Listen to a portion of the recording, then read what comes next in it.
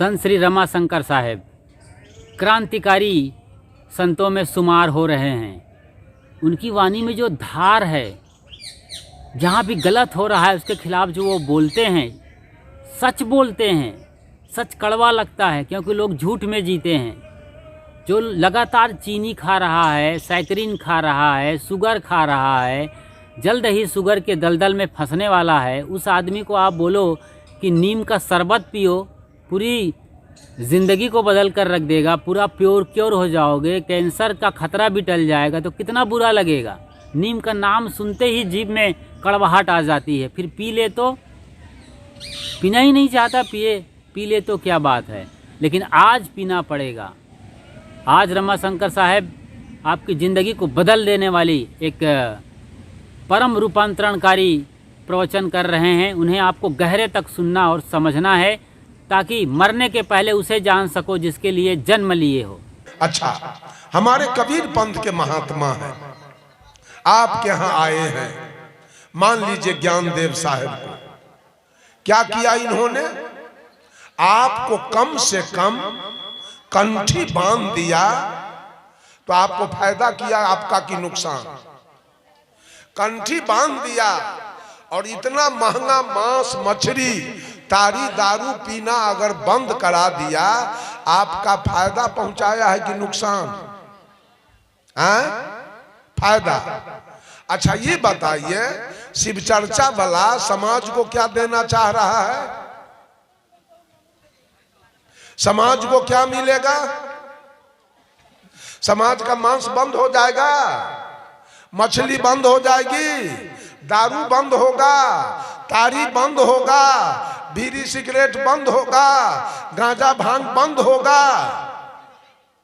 एक आदमी, एक मास्टर हमसे कहा, कर जोड़ के खड़ा हो गया माइक के निकट और कहा, बाबा हमारे गांव में 2-4-10 गो कंठी वाले लोग थे, लेकिन जब से हमारे गांव में महिला सब शिव चर्चा शुरू किया, सारा गांव सांकट और सारा गांव मांस मछली छूट खाना शुरू किया। बताइए उस गांव का क्या नतीजा होगा? शिव चर्चा वाला क्या दिशा देना चाहता है समाज वालों को? उससे पूछिए कि तुम किस दिशा में समाज को ले जाना चाहती हो, चाहते हो, कैसा बनाना चाहते हो समाज को? आप लोग लिख लीजिए। मैं आप लोगों को कह के जाता हूं कि अगर इस तरह का बात रहा तो गांव का गांव बर्बाद होगा इस शिव चर्चा से। और गांव के गांव का हालत, अब मांस खाने, मांस का कीमत जोड़िए, मांस का कीमत है, बकरा के मांस का कीमत है 700 रुपए किलो, मुर्गी के मांस, कबूतर के मांस, ये सब मछली का दाम जोड़िए और 1 किलो दूध का दाम जोड़ लीजिए। विकास किसका होगा और विनाश किसका होगा? क्या दिशा है? और दूसरी बात, जो भी कर्म मानव करता है दुनिया में, सब प्रतिष्ठा पाने के लिए। जमीन हो जादे, मकान हो बढ़िया, गाड़ी घोड़ा हो, इंजीनियर डॉक्टर हो, बड़े बड़े नेता हो। अभी देखिए कृष्णा यादव आई, प्रतिष्ठा पाई, सब लोगों ने ताली बजा के, माता बहन पुरुष सारे लोगों ने ताली बजा के स्वागत किया। प्रतिष्ठा पाके चली गई, हम सब लोगों ने उनको सम्मान दिया कि हमारे यहाँ के चेयरमैन है। लेकिन शिव चर्चा वालों का क्या प्रतिष्ठा है? शिव चर्चा वालों का समाज में और देश में और राष्ट्र में क्या प्रतिष्ठा है? कई गो आदमी नमस्कार प्रणाम करता है उनको। हम लोग स्टेशन पर बैठे रहते हैं तो 2-4-10-20 आदमी आके साहेब बन गया दंडौत करता है। बाबा कहाँ ट्रेन में चलते हैं, टीटी आके प्रणाम नमस्कार करता है। आपका कहाँ कहाँ प्रतिष्ठा है? कहाँ कहाँ प्रतिष्ठा पा रहे हैं?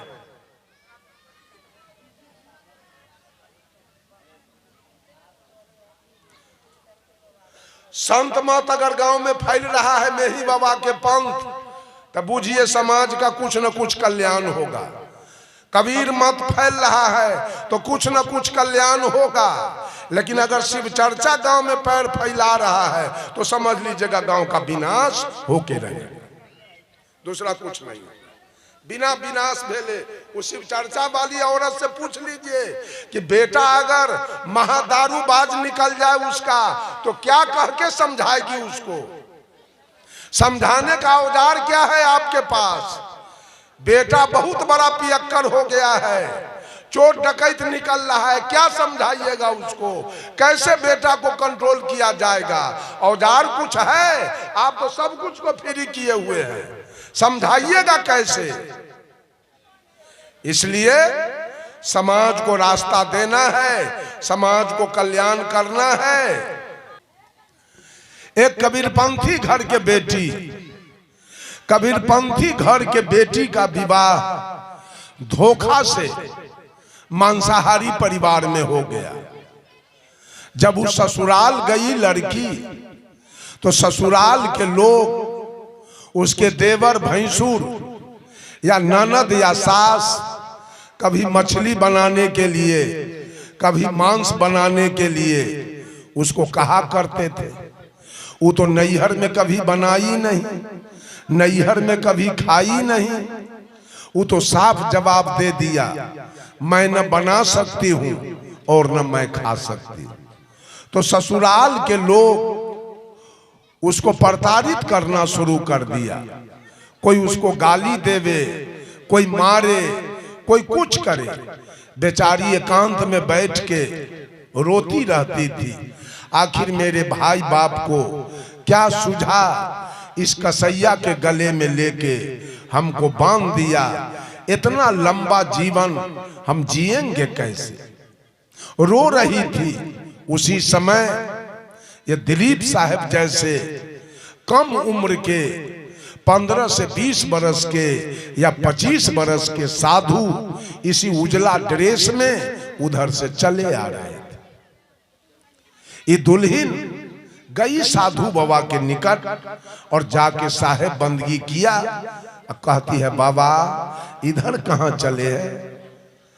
कहा कि दुल्हन इधर एक सत्संग का आयोजन है, वहीं मैं चला हूं। बाबा कल हमको भी दर्शन दीजिएगा। कहा तुम्हारा घर किधर है? जैसे ज्ञान साहब को अभी महिला आके कही, बाबा हमारे यहाँ भी दर्शन दीजिएगा। वो महिला कही, बाबा कहे ठीक है, कल मैं आप तुमसे आके भेंट करूंगा। कल होके बाबा आ गए, दरवाजे पर आवाज लगाए तो दुल्हन घर में थी। घर से निकल के आई, बाबा को साहेब बंदगी किया और कहती है, बाबा इतना सवेरे? तो साधु बाबा कहे कि कहीं सवेर में अबेर हो गया। इस सवाल जवाब हुआ। उसके बाद साधु ने पूछा महिला से, दुल्हन तुम्हारे ससुर कहाँ हैं? दुल्हन कहती है, बाबा ससुर का जन्म तो अभी नहीं हुआ है। सास कहाँ है? सास 2 बरस की है। तुम्हारा दूल्हा कहाँ है? दूल्हा 12 बरस का है। साधु बाबा कहे कुछ भोजन करा सकती हो? तो दुल्हन कही, बाबा भोजन तो हम कराते, लेकिन यहाँ तो बसिया चलता है, ताजा भोजन नहीं है। साधु कहा तो बसिया हम नहीं पाते हैं, चल दिया। जब साधु चल दिए तो गांव के अगल बगल के औरत सब इस साधु और दुल्हन के बात को, विचार को सुन रही थी। अब फौरन इसके सास कहीं गांव में किसी के यहाँ बैठी थी, उसको जाके कह दिया, तुम्हारी पुतोह कितना बदचलन है, कितना बदमाश है। वो युवक साधु से क्या सब बात किया है जरा पूछो। कह रही है ससुर के जन्म नहीं हुआ, और सास है 2 बरस के, और दूल्हा है 12 बरस। बताओ, जिसके ससुर का जन्म न हो और सास हो 2 बरस के, तो बहू कहाँ से आ गई? अगर हमारी पुतोह होती तो आज उसको हम घर से निकाल देते। अब उसके सास को तो आग लग गई बात सुनकर। तुरंत नौजवान 2-4 गो लड़का को कहती है, ए बउआ देखो तो बाबाजी किधर गया। तब तक तो साधु बाबा कुछ निकल गए थे। वो लड़का सब आया, साधु बाबा को पकड़ लिया, पकड़ के ले गया। गांव के मुखिया जी को बुलाया गया, सरपंच को बुलाया गया, गांव के बूढ़े बुजुर्ग लोग को बुलाया गया, सब लोग आ गए। उस दुल्हन को घर से निकाला गया। और साधु बाबा तो थे ही। मुखिया जी पूछे, साधु बाबा इस जुबती दुल्हन से आपको बात करने का क्या जरूरी था? साधु बाबा ने कहा, मुखिया जी हमको बात करने का कोई जरूरी नहीं था, यही बुलाई तो हम आए। कहा आए तो क्या सब गप हुआ? तब साधु बाबा कहे, हम जब आए तो दुल्हन घर से निकली और हमको साहेब बंदगी किया और पूछी है बाबा इतना सवेरे, तो मैंने कह दिया कहीं सवेर में अबेर हो जाए। मुखिया जी ने पूछा इसका मतलब? का बात वो बोली है दुल्हन, उससे पूछिए। मुखिया जी पूछे, दुल्हन तुम जो साधु बाबा को कही इतना सवेरे, इसका क्या माने मतलब? दुल्हन कहती है, मुखिया जी मेरे कहने का भाव था कि बाबा इतना कच्चा उम्र में आप साधु हो गए। तो साधु ने जवाब दिया कहीं सवेर में अबेर हो जाए। मुखिया जी पूछे इसका मतलब? तो साधु दुल्हन कहती है ये बात तो साधु बाबा बोले हैं, उनसे पूछिए। मुखिया जी पूछे साधु बाबा से, बाबा आप जो कहे सवेर में अबेर, इसका क्या मतलब? तो साधु बाबा कहा, मुखिया जी मानव के इस शरीर की कोई गारंटी नहीं है कि समय है या कि समय बदल जाएगा। हम चौथा पन में भक्ति करते और तीसरे पन में इस शरीर हमारा छूट जाता तो हमारी भक्ति कब होती? इसलिए इस शरीर के डर से, अबेर के डर से सवेरे बचपन में हम सधुआई अपना काम शुरू कर दिए। कहा इसके बाद क्या हुआ? इसके बाद हम पूछे ससुर कहाँ है? तो ये कहती है अभी जन्म नहीं हुआ है। मुखिया जी पूछे, दुल्हन तुम्हारे ससुर का जन्म नहीं हुआ, तू कहां से आ गई? तो दुल्हन कहती है, मुखिया जी मानव का जन्म दो बार होता है, एक बार मां के गर्भ से और दूसरे बार गुरु के गर्भ से।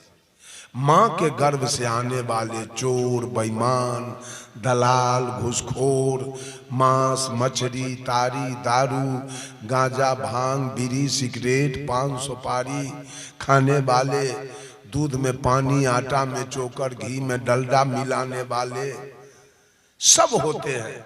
जो मां के गर्भ से आते हैं सब कुकर्म करते हैं। लेकिन मुखिया जी दोबारा जो गुरु के गर्भ से जन्म लेता है वो साधु होता है, वो संत होता है, वो सदगुरु होता है, वो जोगी होता है, वो अवधूत होता है, वो बीतराग होता है, वो इंसान होता है, वो सन्यासी होता है, वो निर्वाण होता है, वो सज्जन होता है, वो सदाचारी होता है, वो ब्रह्मचारी होता है। मुखिया जी, मुखिया कहा हाँ, ससुर के तरफ इशारा करती है। इस पापी से पूछो आदमी में जन्म लिया है? आप लोग बोलिए, जो मांस मछली खा रहा है वो मानव है कि दानव? जो किसी जानवर का खून पी रहा है, हड्डी चाव रहा है, उसका मांस खा रहा है, वो आदमी है कि कुत्ता किधर है? वो कहती है इन कुत्तों से पूछो कि आदमी में जन्म लिया है अभी? सारे पंच का मुंह बंद कर दिया। अब कोई कुछ बोल नहीं रहा है, कोई कुछ नहीं बोल रहा है। मुखिया जी ने कहा सास के बारे में कही हो 2 बरस के, जी हमारी सास भी वही थी, ये भी किसी जानवर के हड्डी चाव रही थी, खून पी रही थी और मांस खा रही थी। लेकिन 2 बरस पहले कोई संत महात्मा मिल गया और मेरे सास को कंठी माला दिया। आज मेरी सास भात रोटी साग सब्जी दूध दही घृत मक्खन मलाई खा रही है। इसका जन्म 2 बरस पहले आदमी में हो चुका है। सास 2 बरस की है। कहा दूल्हा के बारे में कही हो जी, दूल्हा भी अभागा, ये भी कुत्ता वाला काम कर रहा था, ये भी किसी जानवर का हड्डी चाव रहा था, मांस खा रहा था और खून पी रहा था। लेकिन 12 बरस पहले कोई संत महात्मा मिला और हमारे दूल्हा को कंठी माला दिया, दीक्षा दिया। आज हमारा दूल्हा काजू किशमिश बादाम मुनक्का छोहारा सेव संतरा अनारस बेदाना आम लीची कटहर केला आलू गोभी टमाटर बैगन सिम परवल खा रहा है। मेरे दूल्हा का उम्र 12 बरस है। 12 बरस पहले इसका आदमी में जन्म हुआ। मुखिया जी ने कहा साधु बाबा भोजन मांगा तो तू कहीं बसिया होगा जी। हमारा जो पापी ससुर है, इसके पिताजी और दादाजी सब कंठीधार, सब संत महात्मा, वही लोग जो धर्म कर्म करके गए। मुखिया जी उसी बसिया पर अभी चल रहा है। ताजा में ही पापी सब कुछ नहीं कर रहा है। क्या महात्मा जी को हम भोजन करा दें। सारे गांव का लोग उस दुल्हन के बाद से शाकाहारी हो गया। कहा कि हमारे गांव की बहू नहीं है, पुतोह नहीं, हमारे गांव की लक्ष्मी है, हमारे गांव की सरस्वती है। ऐसा ज्ञान दिया पूरे गांव वालों को। सारे गांव के लोग मांस मछली खाना त्याग दिया। आप अच्छा एक बात बताइए, जहां कसैया बकरा काटता है वहां 2-4 गो कुत्ता बैठल रहता है कि ना? रहता है ना? क्या करे बेचारा के चचेरा भाई सब खरीद कर लो गए। कुत्ता के चचेरा भाई मौसेरा भाई कलमा खरीद कर ले गया। अब बेचारा वह खून तून चाट कर आपन दिवस गमा ले। की करो, इधर आदमी सब कुत्ता बन गया है तो कुत्ता कहां जाएगा, मरेगा।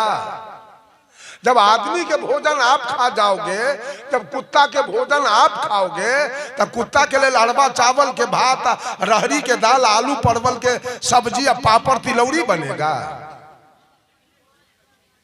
आप अपना भोजन खाओ और कुत्ता गिदर के लिए उसका भोजन छोड़ो। देखा आपने, समझा आपने, सुना आपने दिल से ना। इसीलिए हम कहते हैं कि आप लगातार सत्संग में हमारे चैनल के साथ बने रहो।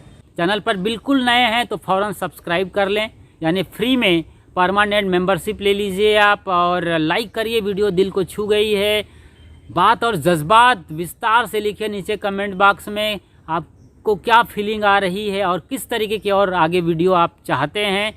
गीत और गाली सब लिख सकते हैं, आप महसूस करते हैं तो हम उसके जवाब देने को तैयार बैठे हैं। और इस वीडियो को ज़्यादा से ज़्यादा शेयर करिए ताकि लोगों के जीवन में क्रांति आए, उनकी चेतना जगे और वो अपना जीवन मरने के पहले संभाल लें और उसे जान लें जिसके लिए जन्म हुआ है।